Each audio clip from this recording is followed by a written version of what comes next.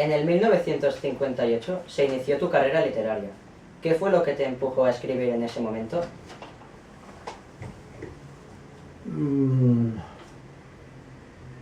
Bueno, a mí siempre me ha gustado escuchar historias, leer historias. En esta época, bueno, desde chaval, me gustaba mucho ir al cine, es decir, los cuentos o todo lo que significaba contar historias mediante la ficción, es decir, o sea, era más partidario de la ficción que no de leer, por ejemplo, libros de historia, ¿no? La historia de España, la historia de... Todo eso me aburría bastante. Pero las historias de ficción, incluso los tebeos, desde muy chaval, después de la guerra, que no teníamos cosas para jugar, raramente teníamos una pelota de fútbol y podíamos organizar partidos, todo eso, y desde luego ni bicicletas ni nada de eso, era muy difícil, porque eran tiempos difíciles. Entonces inventamos un juego que consistía en corros sentados en la calle mismo, en el parque Güell, por ahí, y contarnos historias, que eran una mezcla de películas que veíamos, de tebeos, de novelitas de kiosco, etc. De manera que, como me gustaba escuchar, yo pensé, bueno, pues yo también puedo contar, y me puse a escribir. Según la crítica, tus novelas forman parte de la generación del 50, donde se une la reivindicación social con una nueva lírica y preocupación por el lenguaje. ¿Tú te consideras de esa generación? Estas son las calificaciones que manejan los eruditos, los teóricos, los que estudian la literatura, por decirlo así, no sé, los expertos. Te sitúan en tal o cual cosa, en estas casillas, o del realismo o de otras tendencias, según sus criterios, ¿no? Por lo general, a mí se me ha considerado un escritor realista perteneciente, bueno, sí, a la generación de los 50, porque me di a conocer en los 50. Yo en realidad no me detengo mucho a pensar si pertenezco a tal o cual generación, y si soy un escritor realista o no, o soy de otra tendencia, porque, por decirlo de alguna manera, bastante trabajo con lo mío como para ponerme a pensar en todo eso. Después de escribir tu primera novela, Encerrados en un solo juguete, en 1959, te instalaste en París durante 10 años. ¿A qué se debió que te fueras? ¿Qué hiciste allí? ¿Qué aprendiste? ¿Se podría decir que dejaste tu carrera literaria un poco apartada? Bueno, apartado, al escribir es igual que estés cerca o que estés lejos, el trabajo es el mismo. Es decir, me considero próximo a una literatura narrativa española que entronca con el realismo, lo que se ha llamado el realismo, que tiene que ver con la novelística, por ejemplo, de Pío Baroja, de Galdós, etc., ¿no?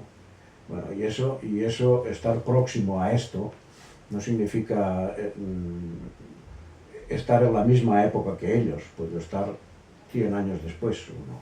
Pero sigue en esa corriente, por decirlo así, en esa tendencia. Bueno, y luego, ¿por qué fuiste? ¿Por qué fuiste y qué hiciste y todo eso?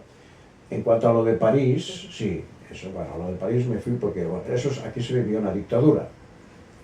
Y las dictaduras, pues vosotros, bueno, lógicamente no tenéis ni idea, pero es muy duro porque es un sistema opresor, es decir, hay falta de libertades de todo tipo, y uno llega un momento que se harta y dice, yo me largo, ¿no? En total, por todas esas razones me largué, y allí empecé a planear escribir una novela, Últimos tardes con Teresa, que fue la más importante en aquel momento para mí.